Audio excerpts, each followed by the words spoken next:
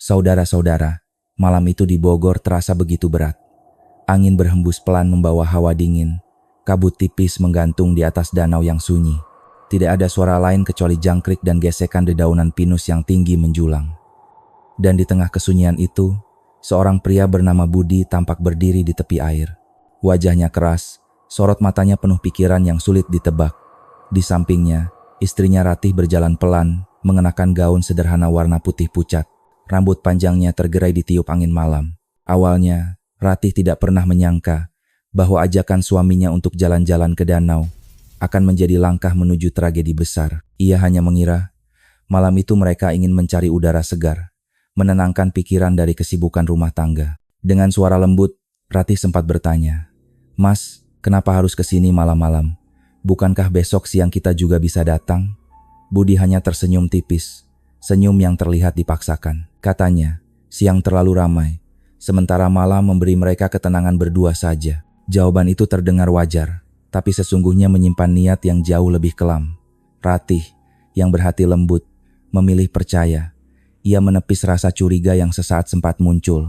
Baginya, Budi tetaplah suami yang harus ia hormati, meski sejak awal pernikahan, hatinya tidak pernah benar-benar merasa aman bersamanya. Langkah mereka menyusuri tepian danau.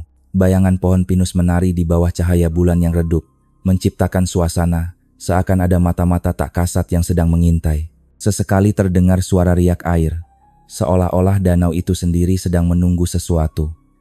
Ratih menunduk, merapatkan kain gaunnya ke tubuh karena udara semakin dingin. Sementara Budi diam-diam mengepalkan tangan di saku celananya, menahan gejolak batin yang tidak diketahui oleh sang istri. Malam itu bukan malam biasa. Malam itu adalah awal dari peristiwa yang kelak mengguncang seluruh Bogor. Sebuah malam di mana cinta diuji, keserakahan terbongkar, dan hidup seseorang berubah selamanya. Ratih berdiri di sisi danau dengan tubuh sedikit menggigil. Udara malam Bogor benar-benar menusuk, membuat kulitnya merinding. Ia menatap suaminya, Budi, yang sejak tadi tampak diam dan menatap permukaan air. Tatapan itu dalam, tajam, seolah sedang memikirkan sesuatu yang berat. Ratih mencoba mencairkan suasana, tetapi senyum Budi tidak kunjung muncul. Justru wajahnya semakin kaku, dan dari sorot matanya, Ratih merasa ada sesuatu yang tidak beres. Dengan suara pelan, Budi akhirnya membuka mulut. "Hidup kita, Ratih, tidak akan pernah berubah kalau terus seperti ini." Ucapannya terdengar lirih, namun penuh tekanan. Ratih mengernyit, tidak mengerti. "Maksudmu apa, Mas?" tanyanya hati-hati. Budi menoleh, menatap wajah istrinya dengan mata yang menyala. "Ayahmu selamat, dia punya segalanya. Rumah besar, tanah luas, usaha yang tak ada habisnya. Tapi apa yang pernah dia berikan untuk kita? Tidak ada." Kata-kata itu membuat Ratih terdiam. Hatinya tercekat. Ia tahu ayahnya memang keras dan tidak pernah sepenuhnya menyukai Budi. Namun, ia juga tahu ayahnya tidak pernah membiarkan anaknya kelaparan. Baginya, harta bukan segalanya. Ia mencoba menenangkan suaminya. "Mas, jangan bicara begitu. Ayah memang keras, tapi dia tetap orang tua kita. Semua ada waktunya. Kita hanya perlu sabar." Namun, Budi langsung memotong dengan suara bergetar, menahan amarah. "Tidak ada waktu, Ratih. Kalau kita terus menunggu, kita hanya akan mati miskin. Aku tidak mau jadi pecundang seumur hidup hanya karena ayahmu keras kepala." Nada suaranya meninggi, membuat Ratih melangkah mundur. Ada ketakutan yang mulai merayap di dadanya. Untuk pertama kalinya, ia melihat sisi suaminya, yang benar-benar asing, sisi penuh kebencian yang selama ini tersembunyi. Suasana di sekitar menjadi semakin mencekam. Angin malam bertiup membawa aroma tanah basah, menambah kesan suram di antara mereka. Ratih mencoba tetap tenang, meski jantungnya berdegup kencang. "Mas, kamu menakutiku. Aku ini istrimu.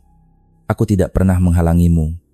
Kalau soal harta, kita bisa berusaha bersama. Tidak semua harus menunggu dari ayah." Budi mendengus, lalu tertawa pendek, tawa hambar yang penuh kegetiran. "Kamu terlalu polos, Ratih. Dunia ini tidak berpihak pada orang sabar. Dunia hanya milik mereka yang berani mengambil kesempatan." Tatapannya menusuk, membuat Ratih menelan ludah dengan susah payah. Ia mulai menyadari bahwa kata-kata suaminya bukan sekadar keluh kesah, melainkan rencana. Dalam hati Ratih berdoa lirih, berharap ucapan itu hanyalah emosi sesaat. Namun, di sisi lain, Ia juga mulai melihat dengan jelas apa yang mendorong Budi selama ini. Bukan sekadar rasa sakit hati, melainkan keserakahan yang telah menguasai akalnya. Di titik ini, saya ingin mengajak pendengar merenung sejenak. Betapa seringnya keserakahan membuat manusia buta. Banyak orang rela merusak hubungan keluarga hanya karena ingin cepat mendapat warisan. Padahal, harta tidak pernah dibawa mati. Apa artinya rumah besar atau rekening tebal kalau diperoleh dengan cara yang kotor? Justru bisa menjadi beban yang menghantui sepanjang hidup. Kembali ke cerita. Ratih mencoba terakhir kali untuk menyelamatkan suasana. Ia menggenggam tangan Budi, berusaha mengingatkan dengan lembut. Mas, aku percaya, asal kita sabar dan bekerja keras, kita bisa bahagia tanpa harus menunggu warisan. Aku yakin ayah akan berubah suatu saat nanti. Namun genggaman itu justru membuat Budi semakin murka. Ia meremas tangan Ratih erat, seperti rantai besi yang mengekang. Dengan suara rendah, nyaris berbisik, ia menatap mata istrinya. Kamu tidak mengerti, Ratih. Satu-satunya jalan agar aku bisa dapatkan warisan itu adalah dengan menyingkirkan penghalang. Kata-kata itu bagai petir menyambar. Ratih terbelalak, tidak percaya dengan apa yang baru saja ia dengar. Seolah dunia berhenti berputar, malam menjadi semakin pekat, dan di balik kabut yang menggantung, danau itu seakan menunggu peristiwa mengerikan yang akan segera terjadi. Ratih mulai merasa gelisah. Genggaman tangan Budi semakin erat, bukan lagi hangat seperti biasanya, melainkan dingin dan menekan. Nafasnya tercekat, matanya menatap wajah suaminya dengan penuh kebingungan. Mas, kenapa bicara seperti itu? Aku ini istrimu. Kita bisa lewati semua bersama-sama. Ucapnya lirih, berharap Budi sadar dari amarahnya. Namun, Budi justru tersenyum tipis. Senyum itu bukan senyum seorang suami, melainkan senyum getir penuh keputusan. Dengan nada dingin ia berbisik di telinga Ratih. Maafkan aku, Ratih. Kebaikanmu justru jadi penghalang. Aku butuh warisan itu, dan hanya ada satu cara untuk mendapatkannya. Sebelum Ratih sempat bereaksi, tubuhnya didorong keras ke arah danau. Air dingin menyambutnya dengan riak besar.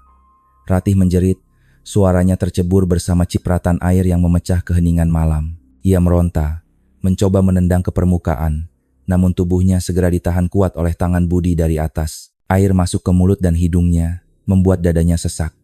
Matanya membelalak, wajahnya muncul sebentar di permukaan, berusaha berteriak minta tolong. Tapi di sekitar, tak ada seorang pun, hanya suara jangkrik dan angin malam yang menjadi saksi. Budi menatap istrinya dari atas, dengan pandangan keras, seolah meyakinkan dirinya sendiri bahwa inilah satu-satunya jalan menuju kehidupan baru yang ia dambakan. Ratih meronta hebat, tangannya menampar, kakinya menendang, berharap ada keajaiban yang bisa menyelamatkan. Tetapi kekuatan Budi jauh lebih besar. Riak air semakin liar, lalu perlahan melemah.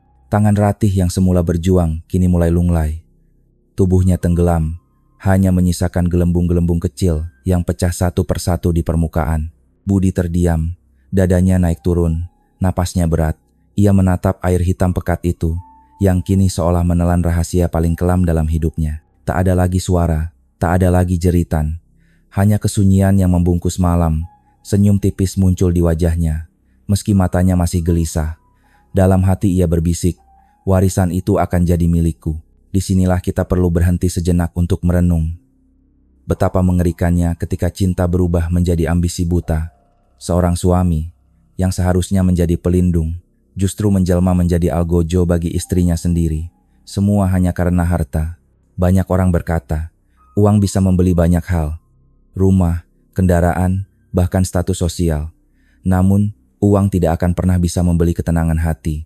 Orang yang tamak, seperti Budi, justru semakin jauh dari kebahagiaan. Sebab setiap langkahnya akan selalu dibayang-bayangi rasa takut dan dosa. Kembali ke cerita. Setelah yakin Ratih sudah tak berdaya, Budi berbalik meninggalkan danau. Langkah kakinya pelan, namun di setiap derap ada kegelisahan yang menghantui. Danau itu, dengan kegelapan dan kesunyian, seolah berjanji bahwa rahasia malam ini tidak akan terkubur selamanya. Budi berjalan menjauh, namun di kepalanya suara Ratih masih terngiang. Jeritan istrinya, tatapan mata penuh ketakutan, semuanya terus menempel seperti bayangan. Ia mencoba mengusir dengan bisikan, semua sudah berakhir. Warisan itu sebentar lagi jadi milikku. Tapi jauh di dalam hatinya, Ia tahu akhir ini mungkin bukanlah akhir. Sesuatu yang ia anggap selesai bisa saja justru menjadi awal dari kejatuhannya sendiri. Penutup segmen. Malam di Bogor itu menjadi saksi sebuah pengkhianatan yang paling kejam. Tidak ada pisau, tidak ada senjata, hanya air tenang yang dijadikan kuburan seorang istri. Tapi seperti kita tahu, air tidak pernah benar-benar menyimpan rahasia. Cepat atau lambat, kebenaran akan muncul ke permukaan. Keesokan harinya, rumah besar keluarga Slamet di Bogor dipenuhi suasana duka. Kabar hilangnya Ratih menyebar cepat dari mulut ke mulut. Para tetangga berdatangan, sebagian membawa makanan, sebagian lain hanya duduk di teras sambil berbisik-bisik. Wajah mereka menunjukkan campuran rasa iba dan penasaran. Ada yang menggelengkan kepala penuh simpati. Ada pula yang saling berbisik, bertanya-tanya, bagaimana mungkin seorang istri bisa hilang begitu saja di malam hari. Di ruang tengah, Slamet duduk di kursi roda. Tubuhnya tampak lemah, wajahnya pucat karena penyakit yang telah lama menggerogoti. Namun kini, sakitnya semakin parah setelah mendengar kabar putri tunggalnya hilang. Mata tuanya sembab, menatap kosong ke arah pintu rumah, seakan berharap Ratih akan masuk sambil tersenyum seperti biasa. Dengan suara serak ia berbisik, "Ratih, anakku, bagaimana mungkin semua ini terjadi?" Beberapa kerabat mencoba menenangkan. "Pak Slamet, jangan terlalu dipikirkan. Mari kita berdoa bersama, semoga Ratih segera ditemukan." Namun Slamet hanya menggeleng lemah. Air mata jatuh di pipinya yang keriput. Di balik kelemahannya, ada firasat kuat yang sulit ia abaikan. Sementara itu, Budi duduk di pojok ruangan dengan wajah muram. Ia memainkan peran suami berduka dengan sangat meyakinkan. Sesekali ia mengusap wajah, seolah menghapus air mata. Kadang, ia menarik napas panjang, berpura-pura menahan tangis. Bagi sebagian orang yang hadir, Budi tampak sebagai suami yang hancur karena kehilangan istri tercinta. Beberapa tetangga bahkan menepuk bahunya, memberi kata-kata penghiburan. Namun di sisi lain, Slamet memperhatikannya dengan tatapan berbeda. Tatapan seorang ayah yang tajam, penuh kecurigaan. Sejak awal pernikahan Ratih, Slamet memang tidak pernah sepenuhnya percaya pada Budi. Ia selalu melihat menantunya itu sebagai lelaki ambisius, haus pengakuan, dan tidak pernah benar-benar tulus. Demi kebahagiaan putrinya, Slamet berusaha menahan diri. Tapi kini, dengan hilangnya Ratih, kecurigaan itu semakin kuat. Dalam diam, Slamet bergumam, "Ada yang tidak beres. Mari kita berhenti sejenak untuk merenung." Di banyak keluarga, menantu dan mertua seringkali tidak akur, terutama ketika menyangkut soal harta atau warisan. Tetapi, ketika seorang ayah merasakan ada bahaya mengancam anaknya, firasat itu sering lebih tajam daripada logika. Seorang ayah mungkin lemah secara fisik, tetapi hatinya tetap kuat untuk melindungi anaknya. Sore harinya, semakin banyak orang datang ke rumah. Beberapa ibu-ibu duduk berkerudung sambil melantunkan doa. Anak-anak muda ikut membantu menyiapkan air minum untuk para tamu. Namun, di tengah keramaian itu, Budi tetap harus menjaga perannya. Ia tidak boleh terlalu tenang, tidak boleh terlalu gelisah. Segala ekspresi harus seimbang agar tidak menimbulkan kecurigaan. Ketika salah seorang kerabat berkata, "Budi, kamu harus kuat. Kalau kamu jatuh, siapa lagi yang menopang keluarga ini?" Ia langsung menunduk, pura-pura tersedak tangis. Saya masih tidak percaya. Semalam kami hanya jalan-jalan sebentar, lalu dia hilang. Saya sudah berusaha mencarinya, tapi semua sia-sia." Kata-kata itu berhasil membuat beberapa orang meneteskan air mata.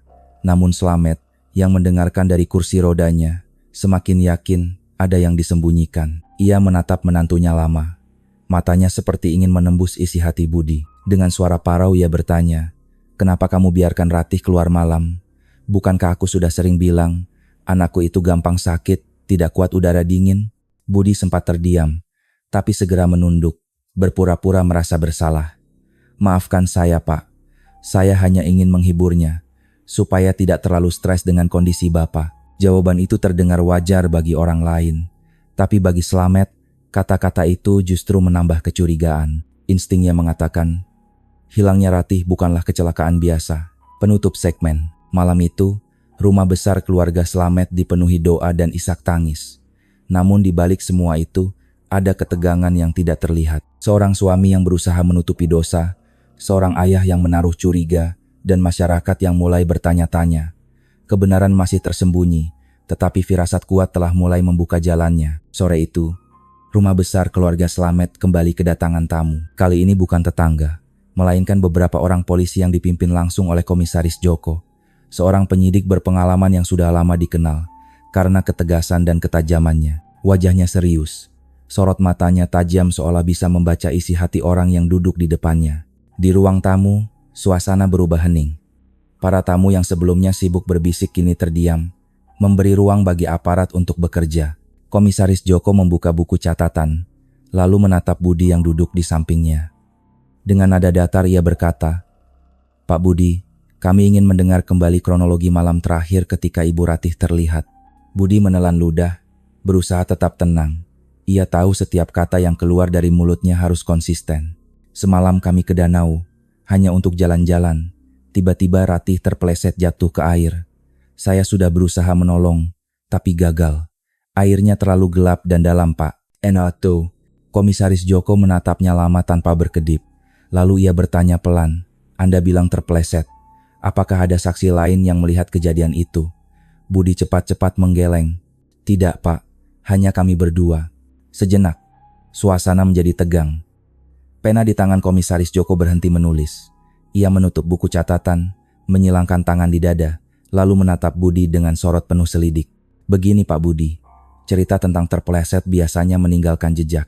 Tanah yang becek, bekas tergelincir, atau tanda lain di lokasi. Tapi tim kami tidak menemukan apa-apa di sekitar danau. Apakah Anda bisa menjelaskannya?" Pertanyaan itu membuat wajah Budi sedikit pucat. Ia tercekat, lalu mencoba mengendalikan diri. Mungkin saya salah ingat. Malam itu gelap sekali, saya panik. Bisa saja saya keliru." Komisaris Joko mengangguk pelan, ekspresinya tetap dingin. Ia tidak langsung membantah, namun jelas dari sorot matanya bahwa ia menyimpan kecurigaan besar. Mari kita berhenti sejenak untuk merenung. Inilah pentingnya insting seorang penyidik.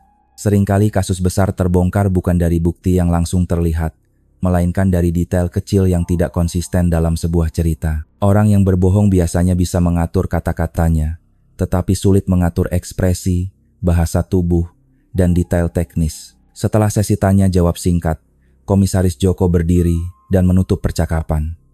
"Baik Pak Budi, kami akan menunggu hasil penyelidikan lebih lanjut. Untuk sementara, mohon Anda tetap berada di rumah ini.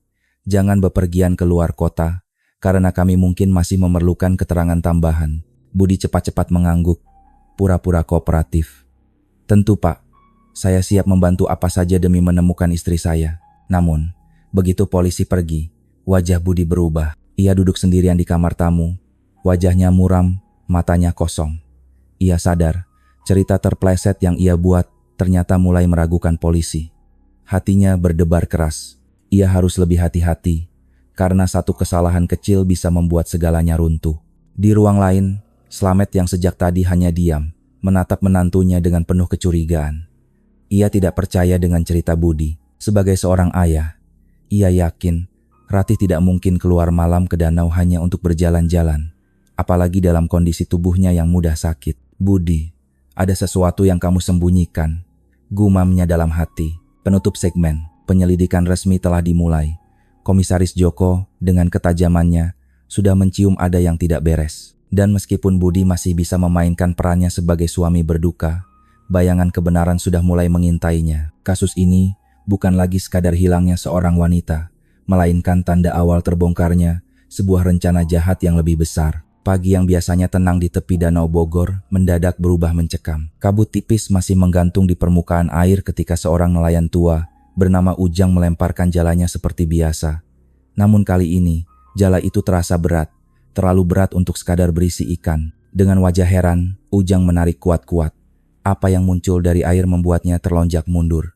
Di balik jala, sesosok tubuh manusia mengapung. Rambut panjangnya terurai, wajahnya pucat dan sulit dikenali. Ujang menjerit, "Ya Allah, mayat, mayat."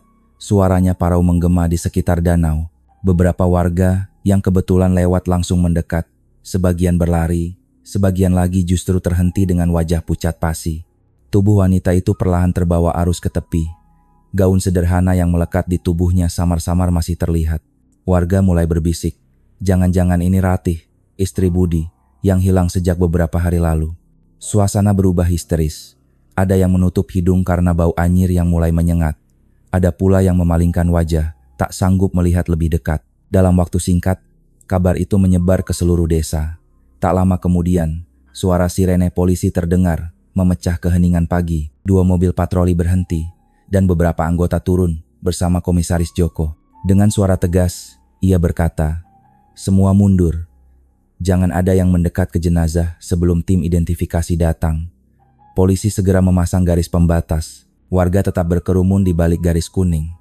Bisik-bisik mereka bercampur rasa takut dan penasaran. Tak lama kemudian, Budi datang dengan langkah tergesa. Wajahnya dibuat pucat, keringat dingin membasahi pelipis. Ia berlari ke arah kerumunan, suaranya dibuat bergetar. "Apa betul itu Ratih? Istri saya?" Komisaris Joko menatapnya sekilas, lalu memberi isyarat pada petugas. "Kita belum bisa memastikan. Anda harus ikut dalam proses identifikasi. Hanya keluarga yang bisa memberi keterangan pasti." Budi mengangguk pelan, wajahnya tampak murung. Dalam hati, ia merasakan campuran lega dan tegang. Lega, karena semua orang kini percaya bahwa Ratih sudah tiada.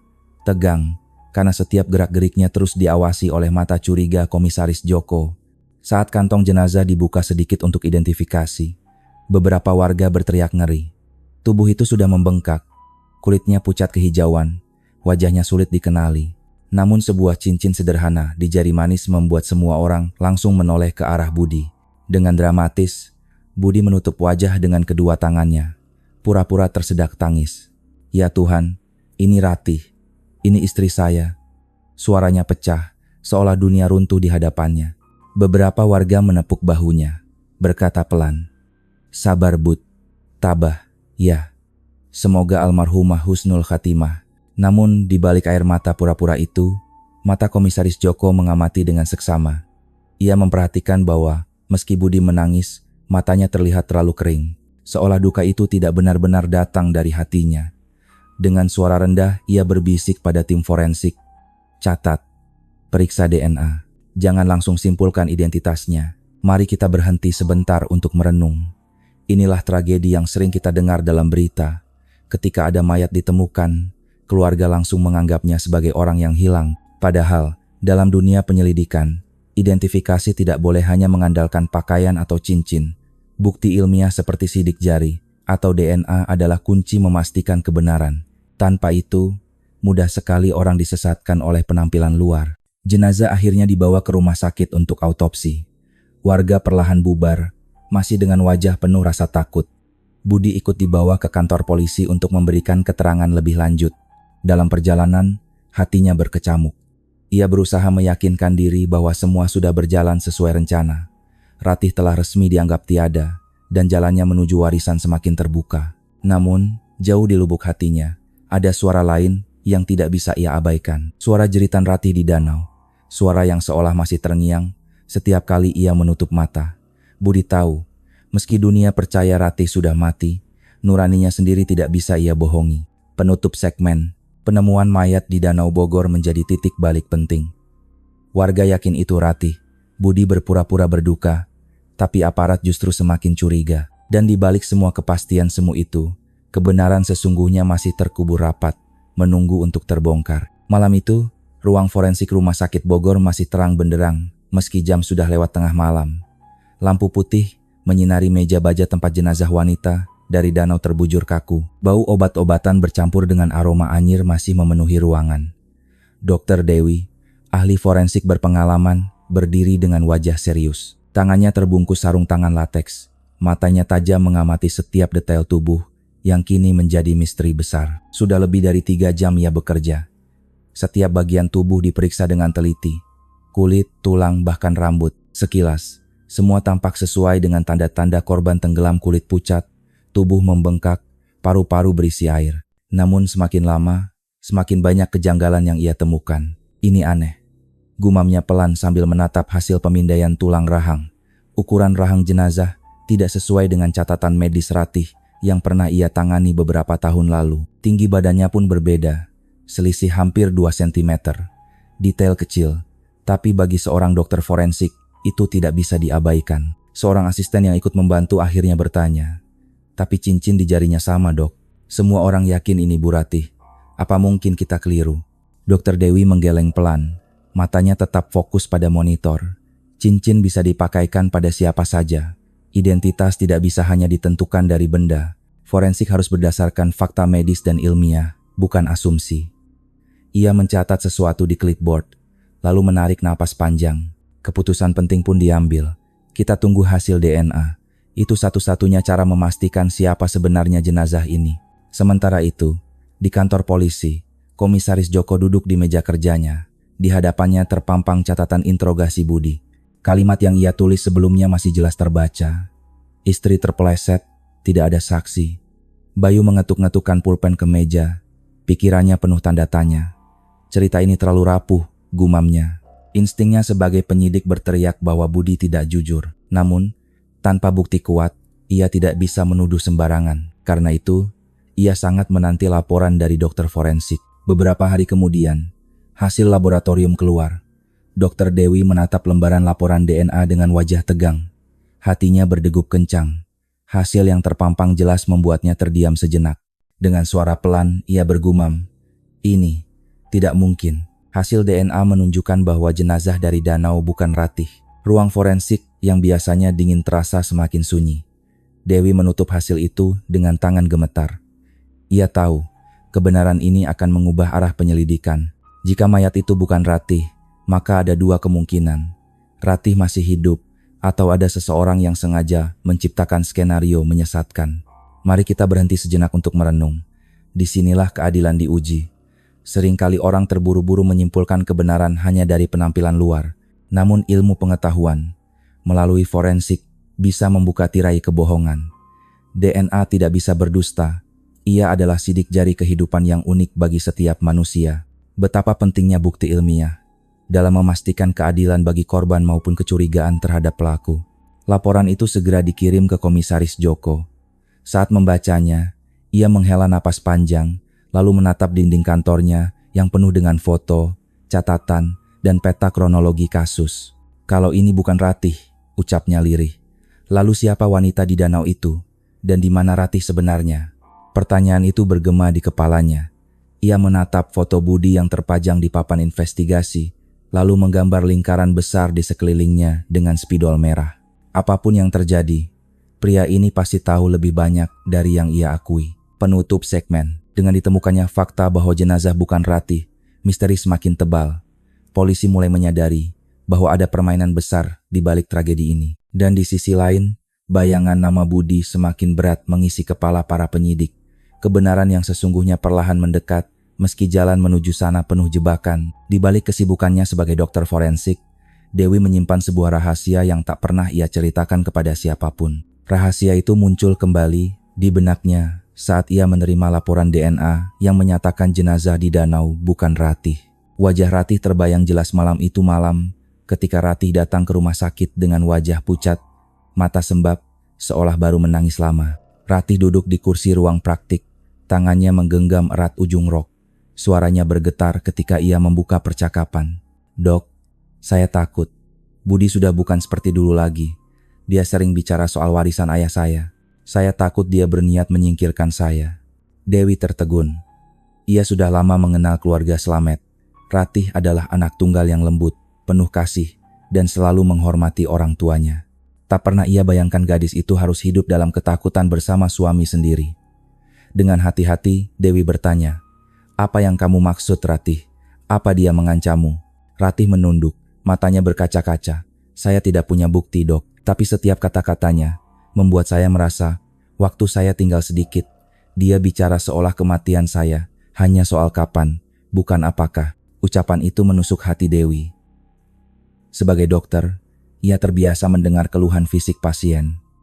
Tapi kali ini berbeda. Ini bukan soal sakit badan, melainkan ancaman nyawa. Malam itu, Ratih memohon, "Kalau suatu hari nanti saya hilang atau sesuatu terjadi pada saya, tolong, Dok, jangan langsung percaya pada cerita Budi." Kata-kata itu terus terngiang di kepala Dewi sampai hari jenazah ditemukan. Dan kini, setelah hasil DNA keluar, ia semakin yakin firasat Ratih benar. Ada sesuatu yang besar, sebuah jebakan yang sedang dimainkan oleh Budi. Namun di balik keyakinannya, hati Dewi diliputi kegelisahan. Ia tahu jika ia mengungkapkan pertemuan rahasia itu kepada polisi, maka dirinya juga ikut terseret ke dalam pusaran konflik.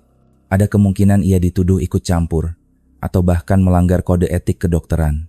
Tapi kalau ia diam, kebenaran bisa terkubur selamanya. Dewi menutup wajahnya dengan kedua tangan di ruang forensik. Tuhan, apa yang harus saya lakukan? Apakah saya sudah cukup kuat untuk membuka semuanya? Mari kita berhenti sejenak untuk merenung. Betapa seringnya seorang korban sebenarnya sudah memberi tanda-tanda sebelum tragedi menimpa. Mereka berbicara, berkeluh kesah, atau mencari tempat perlindungan. Namun karena dunia terlalu sibuk, suara itu kerap terabaikan. Kasus Ratih adalah pengingat bahwa bahaya dalam rumah tangga seringkali lebih sunyi, lebih tersembunyi, tapi dampaknya bisa jauh lebih mematikan. Beberapa hari setelah hasil DNA keluar, Komisaris Joko datang ke rumah sakit untuk menemui Dewi. Suasana ruang praktik terasa dingin, meski sore itu matahari terik. Dengan suara tenang, ia berkata, "Dokter Dewi, ada hal yang ingin saya tanyakan. Mengapa laporan autopsi Anda kali ini terasa berbeda? Biasanya detail sekali, tapi kali ini ada bagian yang ditulis samar, seolah-olah Anda menyembunyikan sesuatu." Dwi tersekat. Ia berusaha menjaga ekspresinya tetap tenang, tapi tangannya gemetar di bawah meja. "Saya hanya berhati-hati, Pak Komisaris. Saya tidak ingin membuat kesimpulan terburu-buru sebelum hasil DNA keluar." Namun Joko tidak puas. Ia mencondongkan tubuh, matanya menatap tajam. "Atau sebenarnya Anda sudah tahu sejak awal bahwa mayat itu bukan Ratih?" Pertanyaan itu membuat napas Dewi tercekat. Hatinya berdebar keras. Ia tahu cepat atau lambat, rahasia pertemuannya dengan Ratih harus ia ungkapkan. Tapi ia juga sadar, membuka semuanya berarti menyeret diri ke dalam bahaya besar. Penutup segmen. Malam itu, Dewi duduk sendirian di ruang kerjanya, menatap kosong keluar jendela. Di balik pikirannya yang kacau, ia hanya mendengar satu suara. Suara Ratih yang memohon agar jangan pernah percaya pada cerita Budi. Ia tahu, saatnya semakin dekat, cepat atau lambat, ia harus bicara demi keadilan Ratih. Malam itu, rumah besar peninggalan keluarga Slamet terasa sepi. Angin berhembus kencang membuat tirai jendela bergoyang, sementara suara hujan menetes dari atap menambah kesan muram. Budi duduk di ruang tamu sendirian. Gelas kopi di depannya sudah dingin. Rokok di tangannya hampir habis, tapi pikirannya masih kalut. Sejak jenazah ditemukan di danau, ia terus berusaha meyakinkan diri bahwa semua berjalan sesuai rencana. Orang-orang percaya Ratih sudah tiada, warisan hanya menunggu waktu untuk jatuh ke tangannya. Namun, di balik semua itu, rasa bersalah mulai menggerogoti. Setiap kali ia memejamkan mata, wajah Ratih muncul jelas, wajah pucat dengan mata penuh ketakutan. Mulut yang berusaha meminta tolong sebelum akhirnya tenggelam ke dalam air. Suara itu kembali terdengar di telinganya. Samar, lembut, tapi menusuk. "Budi." Panggilan itu membuatnya terlonjak dari kursi. Ia menoleh ke sekeliling, namun tak ada siapa-siapa. Tirai hanya berkibar di terpa angin malam. Ia menepuk wajahnya keras-keras, berusaha meyakinkan diri. Ini hanya perasaan. Ratih sudah mati, sudah selesai. Namun, semakin ia berusaha melupakan, bayangan Ratih semakin kuat. Kadang ia melihat sosok Samar berdiri di ujung koridor rumah, rambut panjang tergerai, gaun putih basah melekat di tubuh. Kadang ia mendengar suara langkah kaki ringan di lantai kayu, padahal rumah itu kosong. Sementara itu, Komisaris Joko semakin yakin bahwa Budi menyimpan rahasia besar. Setiap kali ia memeriksa keterangan Budi, selalu ada hal yang janggal. Misalnya, alasan Budi membawa Ratih ke danau malam-malam, atau bagaimana ia bisa begitu cepat menyerah menolong istrinya. Semua itu tidak masuk akal bagi penyidik berpengalaman sepertinya. Dalam catatan investigasi, Joko menulis garis merah tebal di sekitar nama Budi. Ia tahu, kasus ini tidak bisa diselesaikan hanya dengan logika hukum. Dibutuhkan kesabaran untuk membongkar topeng seseorang yang pandai berpura-pura. Kembali ke rumah, malam semakin larut. Budi berjalan mondar-mandir di kamar, hatinya gelisah, tubuhnya gemetar. Ia mencoba tidur, tapi bayangan Ratih terus mengganggu. Ia bahkan bermimpi Ratih muncul dari air, rambutnya basah menempel di wajah, lalu berbisik di telinganya, "Kau pikir aku mati semudah itu, Budi?" Budi terbangun dengan napas terengah, keringat dingin membasahi seluruh tubuh. Ia bergegas menyalakan lampu, lalu duduk di lantai dengan wajah pucat. Untuk pertama kalinya, ia merasa rencananya tidak seaman yang ia bayangkan. Mari kita berhenti sejenak untuk merenung. Inilah kenyataan yang sering terjadi. Orang bisa berpura-pura di depan dunia, tapi tidak bisa berbohong pada nuraninya sendiri. Hati manusia menyimpan rekaman yang lebih jujur daripada kata-kata, dan rasa bersalah, sebesar apapun seseorang mencoba menekannya, akan selalu mencari jalan keluar entah dalam bentuk mimpi, bayangan, atau kegelisahan tanpa sebab. Keesokan paginya, ketika matahari baru terbit, Budi duduk di teras rumah dengan wajah lelah. Beberapa tetangga lewat sambil memberi salam, tapi ia hanya membalas dengan anggukan singkat. Dari kejauhan, Slamet memperhatikan menantunya itu dengan mata tajam. Dalam hati, ia bergumam, "Budi, semakin hari wajahmu semakin seperti orang yang menyimpan dosa." Tak lama kemudian, seorang petugas datang membawa surat panggilan. Komisaris Joko meminta Budi datang lagi ke kantor polisi untuk memberikan keterangan tambahan. Surat itu membuat Budi semakin gelisah. Ia sadar, polisi tidak pernah benar-benar percaya pada ceritanya. Di ruang interogasi nanti, ia harus kembali berpura-pura, memainkan peran sebagai suami yang kehilangan istri tercinta. Tapi di dalam dirinya, ia tahu satu hal. Bayangan Ratih tidak akan berhenti menghantuinya. Karena rahasia itu tidak selamanya bisa dikubur. Penutup segmen. Budi kini berada di persimpangan. Di satu sisi, ia masih berusaha menjaga topeng kepura-puraan. Di sisi lain, rasa bersalah dan kecurigaan polisi terus mengepungnya. Malam-malamnya sudah tidak lagi tenang. Bayangan Ratih menjadi pengingat bahwa dosa besar tak akan pernah bisa lari dari cahaya kebenaran. Sementara Budi semakin gelisah dihantui rasa bersalah. Di tempat lain, sebuah rahasia besar mulai terkuak. Di pinggiran Cisarua, ada sebuah rumah kayu sederhana yang dikelilingi pagar bambu. Dari luar, rumah itu tampak biasa saja, cat dinding mulai pudar. Halaman kecil ditumbuhi tanaman liar. Tidak ada yang menyangka bahwa di balik pintu kayu tua itu, tersimpan sosok yang selama ini dianggap sudah tiada. Di ruang tamu yang sederhana, Ratih duduk berselimut. Wajahnya masih pucat, tapi matanya menyala penuh tekad. Di sampingnya, seorang wanita paruh baya bernama Maktini duduk menemani. Dialah yang selama ini menjaga dan melindungi Ratih atas permintaan Dokter Dewi. Beberapa hari setelah peristiwa di danau, Ratih berhasil diselamatkan. Tubuhnya lemah, hampir tak berdaya, namun nyawanya masih bertahan. Dewi, yang sudah lama menyimpan kekhawatiran atas keselamatan Ratih, segera menyusun rencana rahasia. Ia memindahkan Ratih ke rumah Maktini, seorang kerabat jauh yang bisa dipercaya. "Tenanglah, Neng, di sini aman, tidak ada yang tahu," ucap Maktini sambil mengusap punggung Ratih. Ratih mengangguk, meski hatinya masih gemetar. "Saya tidak bisa terus sembunyi begini, Mak. Budi pasti sudah mengira saya mati. Dia akan semakin bebas." Maktini menatapnya dengan bijak. "Kadang bersembunyi bukan berarti kalah, Neng, tapi menunggu waktu yang tepat. Percaya saja, kebenaran selalu menemukan jalannya." Di sisi lain, Dokter Dewi duduk di ruang kerjanya dengan wajah letih. Ia baru saja menerima pesan singkat di ponselnya. "Rencana berhasil, Dok. Aku masih aman." Pesan itu dari Ratih. Membacanya, Dewi menghela napas panjang. Ada rasa lega, tapi juga rasa takut. Ia tahu bahwa dengan Ratih masih hidup, Budi pasti akan semakin gelisah, bahkan mungkin berbahaya. Malam harinya, di rumah kayu Cisarua, Ratih berbincang dengan Dewi yang datang membawa obat. "Dok, sampai kapan saya harus sembunyi seperti ini?" tanya Ratih dengan suara pelan. "Selama Budi belum terbongkar," jawab Dewi tegas.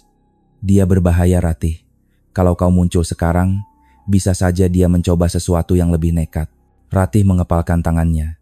"Tapi saya tidak bisa terus diam. Saya ingin Budi membayar semua yang sudah dia lakukan.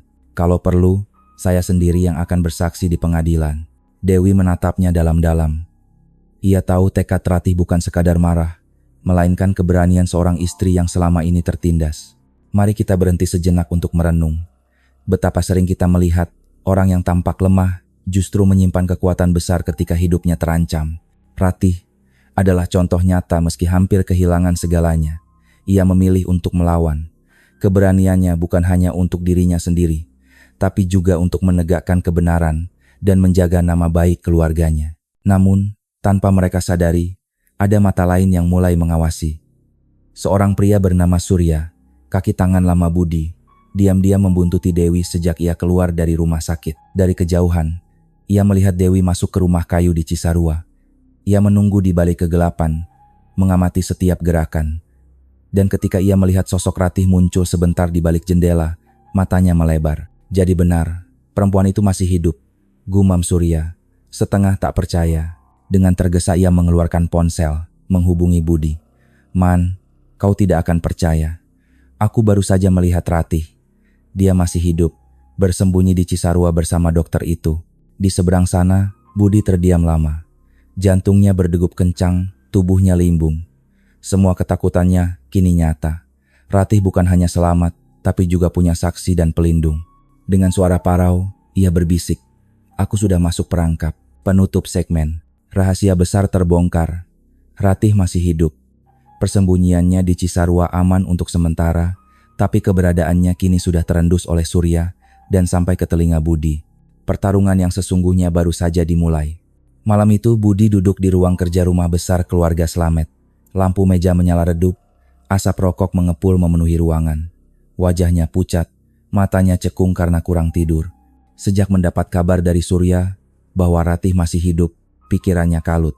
Semua rencananya yang ia kira sudah sempurna, kini runtuh berantakan. Kalau Ratih benar-benar muncul ke polisi, habis aku, gumamnya sambil meneguk minuman keras. Ia memukul meja dengan keras, gelas hampir terjatuh. Aku sudah terlalu jauh untuk mundur.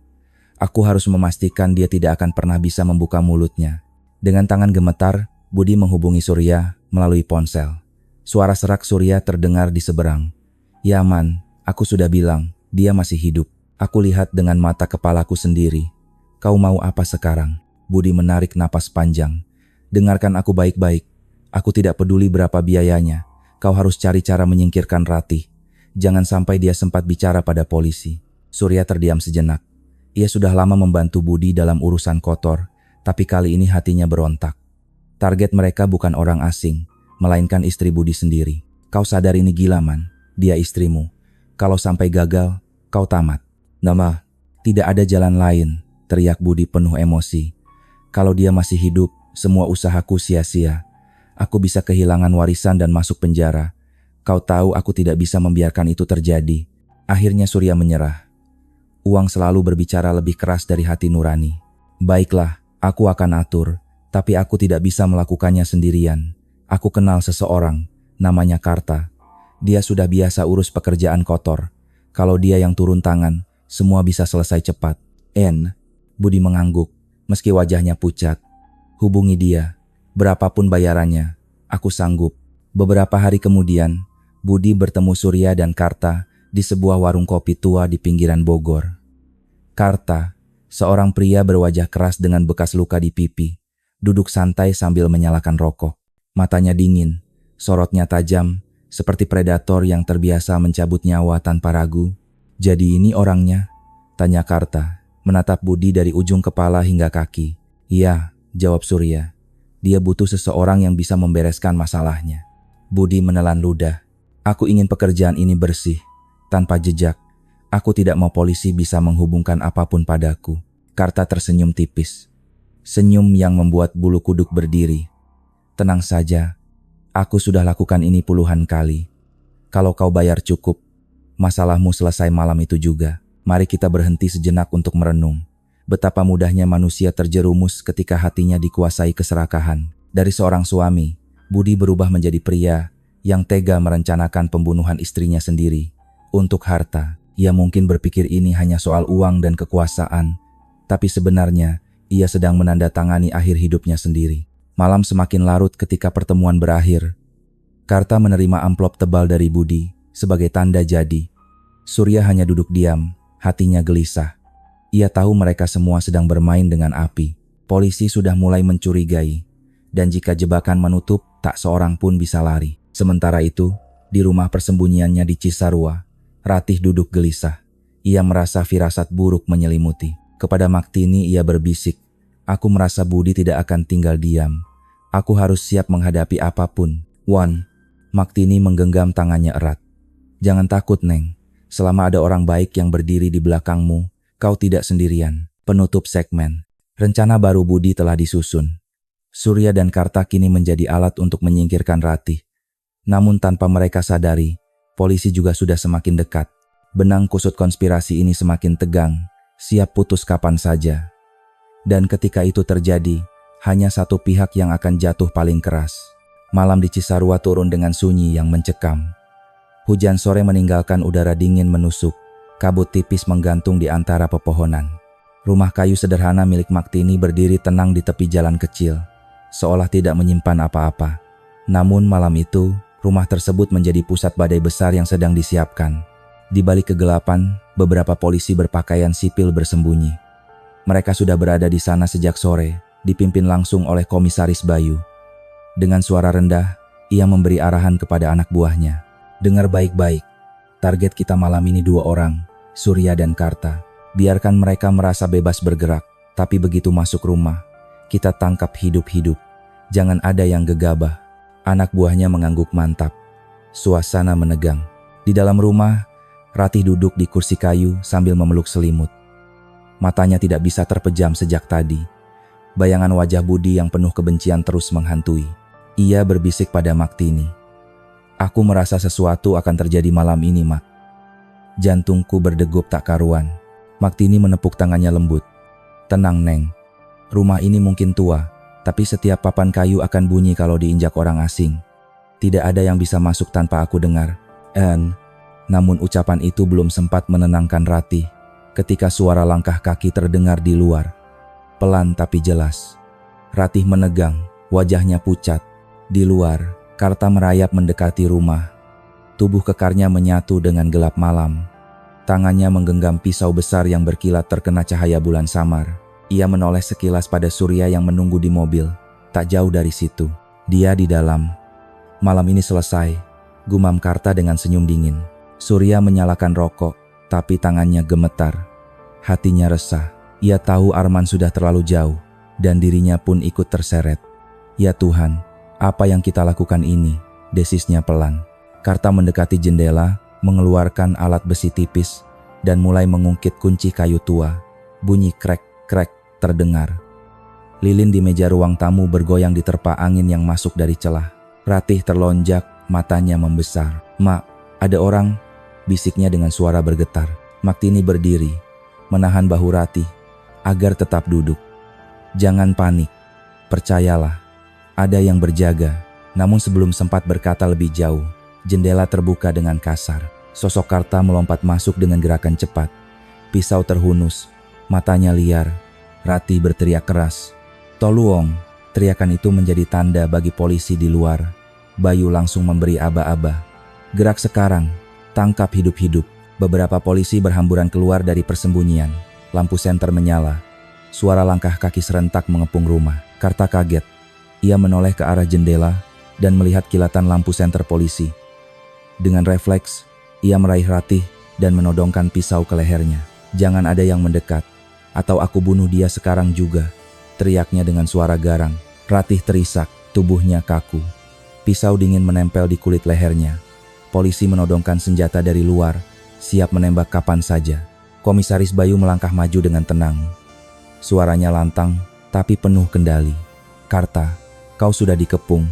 Tidak ada jalan keluar. Lepaskan Ratih, serahkan dirimu. Kami tidak ingin ada darah malam ini."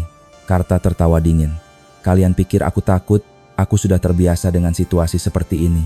Satu langkah lagi, perempuan ini mati." Surya di luar mobil panik. Ia mencoba kabur, tapi 2 polisi segera menghadangnya. Ia ditarik keluar dan diborgol.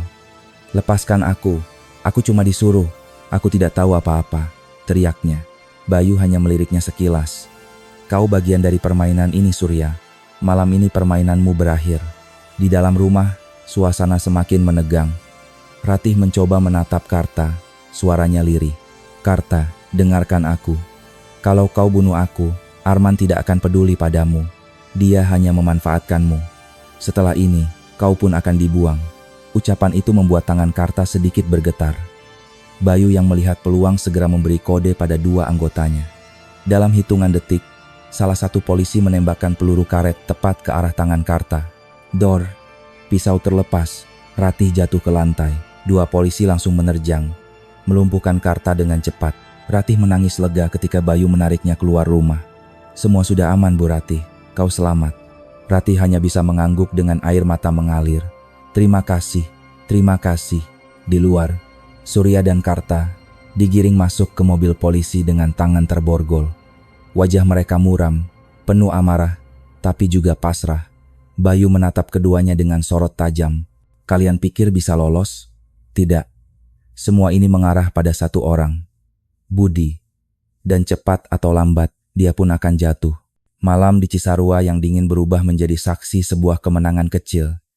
2 pelaku tertangkap, Ratih selamat, dan jerat hukum untuk Budi semakin kuat. Hari itu, rumah besar keluarga Slamet diselimuti suasana duka yang dalam. Tirai hitam dipasang di setiap jendela. Aroma bunga melati bercampur dupa memenuhi ruangan. Para tetangga, kerabat jauh, hingga tokoh masyarakat berdatangan untuk memberikan penghormatan terakhir. Di ruang tengah, peti kayu berukir sederhana terletak di atas meja panjang, dikelilingi lilin yang menyala redup. Wajah Slamet terlihat tenang, seakan hanya sedang tertidur, padahal tubuhnya sudah rapuh karena sakit yang lama dideritanya. Isak tangis terdengar dari beberapa sudut, menciptakan suasana yang membuat hati siapapun ikut terenyuh. Di antara para pelayat, Budi berdiri dengan wajah sendu. Tangannya menggenggam sapu tangan, pura-pura menyeka air mata. Dari luar, ia tampak seperti menantu yang berduka, tapi jauh di dalam hatinya ada api kegembiraan yang hampir meledak. Akhirnya, semua ini akan jadi milikku, gumamnya dalam hati sambil menundukkan kepala. Ia yakin dengan wafatnya Slamet, jalan menuju harta warisan kini terbuka lebar. Namun, Budi tidak tahu bahwa sejak penangkapan Surya dan Karta, polisi terus membuntutinya. Setiap gerak-geriknya dicatat, setiap ucapan diperhatikan. Komisaris Bayu, yang juga hadir dalam prosesi pemakaman, berdiri tegap di belakang ruangan, matanya tajam mengamati. Orang ini pandai sekali berpura-pura, batin Bayu, tapi cepat atau lambat, semua topeng akan jatuh. Setelah prosesi pemakaman selesai, keluarga inti berkumpul di ruang tamu besar. Suasana berubah hening, hanya detak jam tua di dinding yang terdengar jelas. Di atas meja, sebuah map tebal diletakkan dokumen wasiat peninggalan Slamet. Seorang notaris paruh baya dengan kacamata tebal membuka map itu perlahan. Ia menatap sekeliling ruangan, memastikan semua ahli waris hadir. Ratih duduk di kursi dengan wajah masih sembab karena tangisan. Budi di sampingnya mencoba tampil tenang meski hatinya berdegup kencang, menunggu nama dirinya disebut. Baik, sesuai dengan wasiat almarhum Slamet, saya akan membacakan pembagian harta warisan, ucap notaris dengan suara tegas. Semua mata tertuju kepadanya. Pertama, saham perusahaan sebesar 60% akan jatuh kepada ahli waris utama, yaitu Ratih. Ruangan mendadak hening. Beberapa orang saling berpandangan, sebagian terkejut, sebagian lega. Ratih menunduk, air matanya kembali menetes. Budi langsung menegang. Jantungnya seolah berhenti berdetak sejenak. Apa? Tidak mungkin, gumamnya dalam hati. Wajahnya memucat. Notaris melanjutkan dengan tenang. Selain itu, rumah besar beserta tanah di Bogor, serta rekening utama, juga diberikan kepada Ratih. Semua jelas tercatat atas nama beliau sebagai ahli waris tunggal. Budi buru-buru angkat bicara, suaranya dibuat penuh keberatan. Tapi Ratih sudah tiada. Semua orang tahu itu. Bahkan mayatnya ditemukan di danau. Bagaimana mungkin masih disebut ahli waris? Notaris menatapnya dengan tatapan datar. Maaf Pak Budi. Namun dalam wasiat ini disebutkan bahwa jika terjadi sengketa mengenai status ahli waris, pengadilanlah yang berhak memutuskan. Tugas saya hanya menyampaikan isi dokumen. Suasana makin tegang. Budi mengepalkan tangan di pangkuannya. Giginya terkatup rapat menahan emosi. Dalam hati, ia ingin berteriak. Namun di hadapan semua orang, ia hanya bisa duduk kembali dengan wajah muram. Malam harinya, setelah semua orang pulang, Budi duduk sendirian di ruang kerja Slamet. Gelas whisky di tangannya hampir kosong. Ia membuka kembali map berisi dokumen wasiat, berharap menemukan celah. Halam demi halaman ia baca, sampai akhirnya matanya tertumbuk pada tulisan tangan Slamet di bagian terakhir. Kekayaan ini hanya akan kupercayakan kepada darah dagingku sendiri, kepada Ratih, putri yang kucintai. Semoga ia menjaganya dengan hati bersih dan menjauhkan diri dari orang yang tamak. Mari. Kalimat itu menusuk hati Budi seperti pisau. Wajahnya merah padam, tangannya gemetar. Tamak? Jadi begitu pandanganmu padaku, Slamet? Teriaknya pada ruangan kosong. Ia meremas kertas itu lalu melemparkannya ke dalam api lilin di meja. Nyala kecil melahap kertas, asap tipis memenuhi udara. Namun amarah itu tak bisa menutupi ketakutan yang mulai menggerogotinya. kata Ratih terus terngiang. Bayangan wajah istrinya, yang dulu ia coba singkirkan kini muncul lagi. Kali ini bukan sekadar bayangan, melainkan ancaman nyata. Andai dia benar masih hidup, semua ini akan runtuh, bisiknya lirih, wajahnya pucat pasi. Di tempat persembunyiannya, Ratih duduk bersama Detratna. Setelah mendengar kabar pembacaan wasiat, ia menangis pelan. Jadi, ayah tetap percaya padaku sampai akhir, ucapnya dengan suara bergetar. Ratna menepuk bahunya. Benar Ratih, wasiat ini adalah bukti bahwa almarhum ingin kau menjadi penerus yang sah. Budi hanyalah orang luar yang tak pernah dianggap keluarga sejati. Ratih menghapus air matanya, sorot matanya berubah tegas. Kalau begitu, aku tidak bisa bersembunyi lebih lama. Budi harus tahu aku masih hidup, dan dia harus membayar semua yang sudah dia lakukan. Alko, hari itu, gedung pengadilan negeri Bogor dipenuhi kerumunan. Dari luar, masyarakat berdesakan ingin menyaksikan sidang yang sejak berminggu-minggu terakhir menjadi bahan pembicaraan, kasus gugatan warisan keluarga almarhum Slamet. Wartawan berdiri berjejer, kamera siap mengabadikan setiap momen. Di ruang sidang, suasana tegang. Di kursi penggugat, Budi duduk dengan jas hitam rapi, wajahnya penuh keyakinan. Di sampingnya, seorang pengacara terkenal yang ia sewa menyiapkan berkas-berkas. Tenang saja Pak Budi, bisik sang pengacara. Dengan bukti bahwa Ratih sudah meninggal, peluang kita hampir 100%. Semua akan jatuh ke tangan Anda. Budi mengangguk pelan, senyum tipis terukir di bibirnya. Ia merasa kemenangannya sudah di depan mata. Sidang dimulai.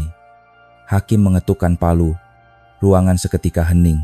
Sidang perkara gugatan warisan keluarga almarhum Slamet dinyatakan dibuka, ucap hakim dengan suara tegas. Pengacara Budi segera berdiri. Yang mulia, klien kami adalah satu-satunya pihak yang sah untuk menerima warisan. Ahli waris utama, Ratih, sudah meninggal dunia.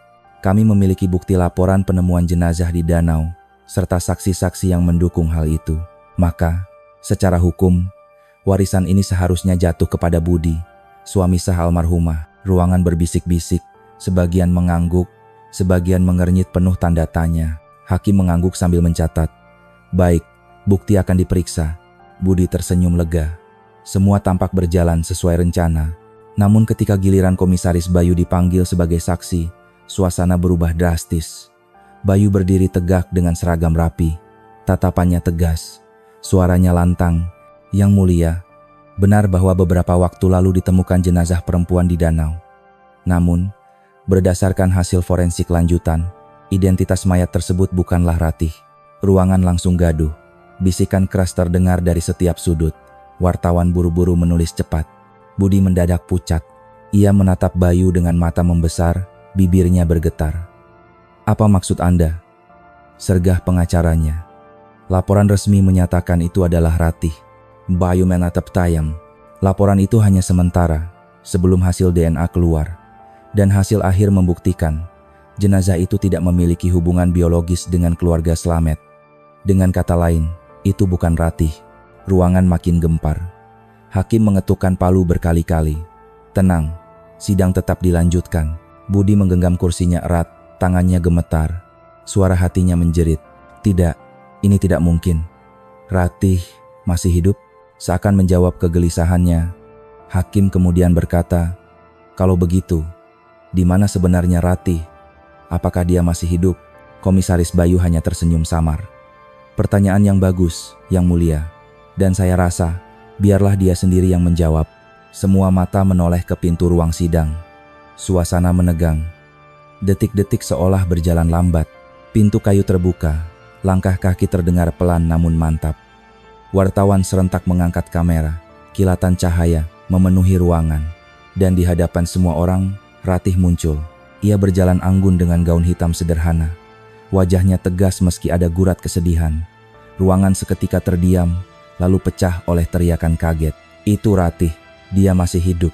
Astaga, bagaimana mungkin? Beberapa pelayat menutup mulut tak percaya. Wartawan berteriak sambil terus memotret. Di kursinya, Budi membeku. Wajahnya pucat pasi seolah melihat hantu. Matanya tak berkedip menatap Ratih. Ratih menoleh lurus ke arahnya. Tatapannya tajam penuh api kemarahan. Suaranya bergetar tapi jelas. Aku tidak mati, Budi. Dan aku akan pastikan semua orang tahu siapa dirimu sebenarnya. Hakim berulang kali mengetuk palu. Tenang, tenang, sidang tetap berjalan. Ratih duduk di kursi saksi. Dengan suara yang pelan namun penuh ketegasan, ia mulai menceritakan semua. Kekerasan yang dialaminya sejak awal pernikahan, ancaman Budi terhadap dirinya, hingga malam di danau ketika ia hampir kehilangan nyawa. Setiap kata membuat wajah Budi semakin merah padam. Ia berusaha membantah, berdiri sambil berteriak, "Itu bohong, dia hanya ingin menjebakku. Kalau dia benar selamat, kenapa baru muncul sekarang?" Ratih menoleh pada hakim, suaranya tenang. "Aku menunggu saat yang tepat. Dan sekarang, semua bukti sudah lengkap. Termasuk kesaksian Surya dan Karta yang telah ditahan." Seketika wajah Budi berubah drastis. Nama Surya dan Karta menjadi hantaman telak baginya. Ia sadar kedua orang itu bisa membuka semua rahasia. Hakim memberi isyarat, pintu samping terbuka. Dua polisi masuk menggiring Surya dan Karta dengan borgol di tangan. Mereka duduk di kursi saksi. Dengan suara serak, Surya berkata, "Benar, Yang Mulia, semua perintah datang dari Budi. Dialah yang menyuruh kami menyingkirkan Ratih." Karta mengangguk. "Kami dibayar untuk itu, tapi polisi menangkap kami sebelum rencana selesai." Ruangan langsung ricuh.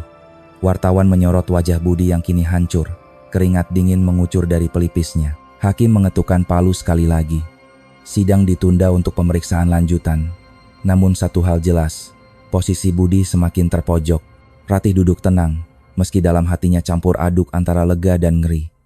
Ia tahu perjalanan menuju keadilan masih panjang, tapi setidaknya hari itu, kebenaran mulai terungkap di depan mata publik.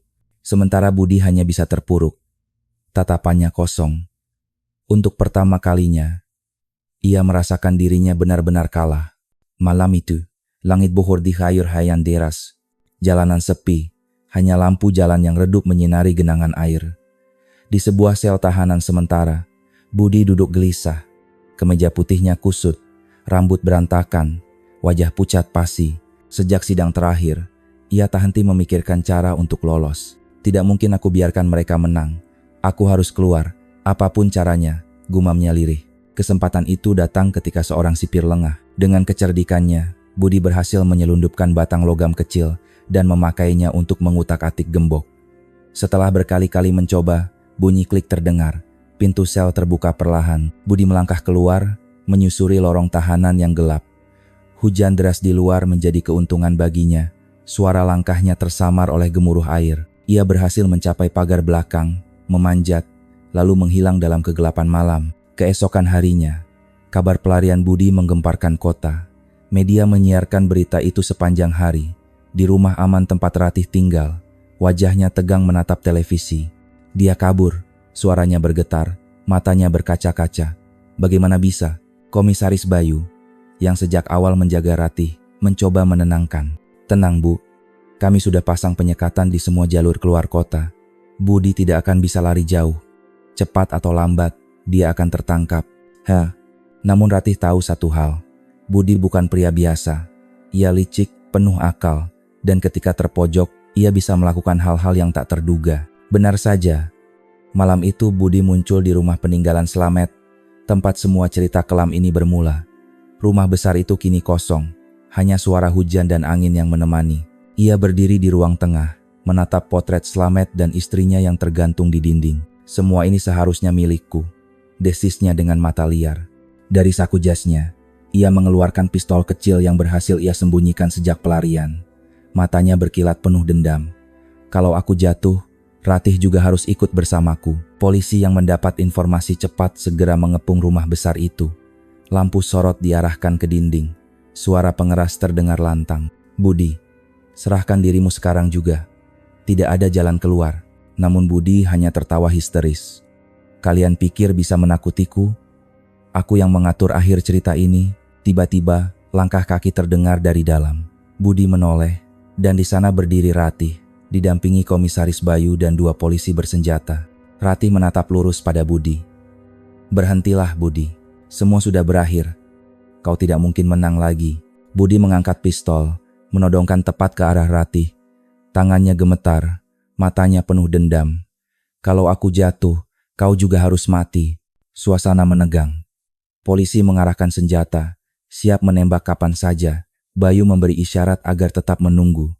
Satu gerakan salah bisa membuat Ratih jadi korban. Ratih menarik napas panjang. Dengan langkah mantap, ia maju selangkah. Suaranya tegas, meski air mata berlinang. Aku sudah tidak takut padamu lagi, Budi. Kau boleh mengambil segalanya dariku dulu, kebahagiaan, kebebasan, bahkan hampir nyawaku.